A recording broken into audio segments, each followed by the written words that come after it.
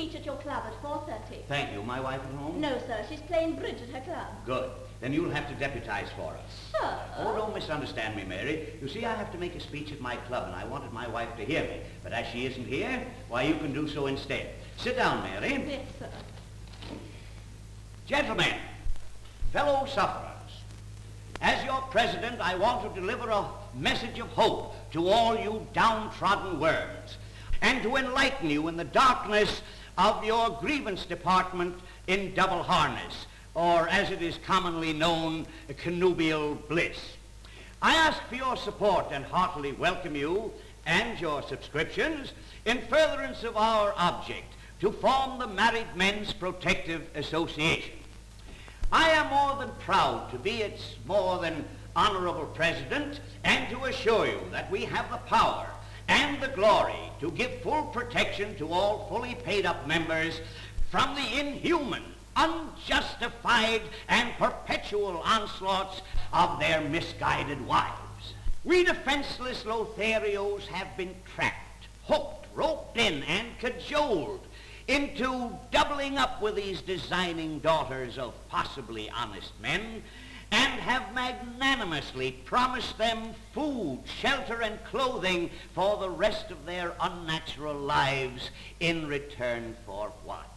For what, gentlemen? For the piffling reward of cooking and attendance and an occasional civil answer.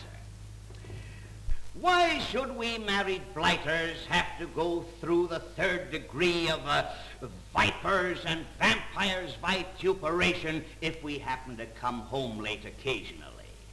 It matters not one piffling iota what the time is. That's the clock's business.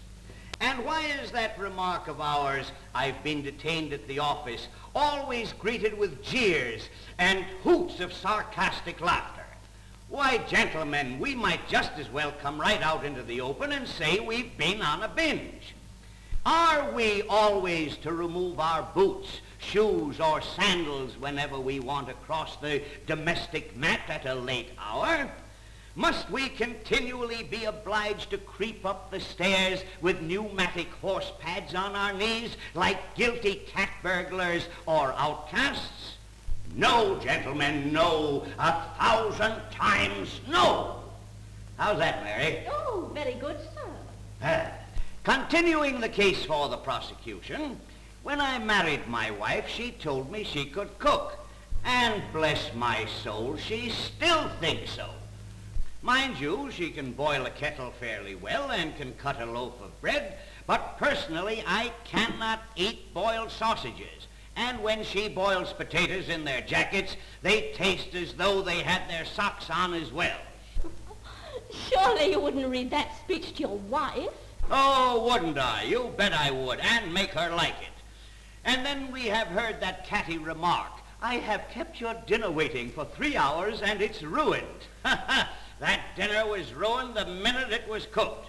You bet I'll read that speech to her. I'm the boss in my own house, and if my wife ever opens up on me and says anything out of turn, I will say to her boldly, I'll say, "Zip her mouth." Frederick?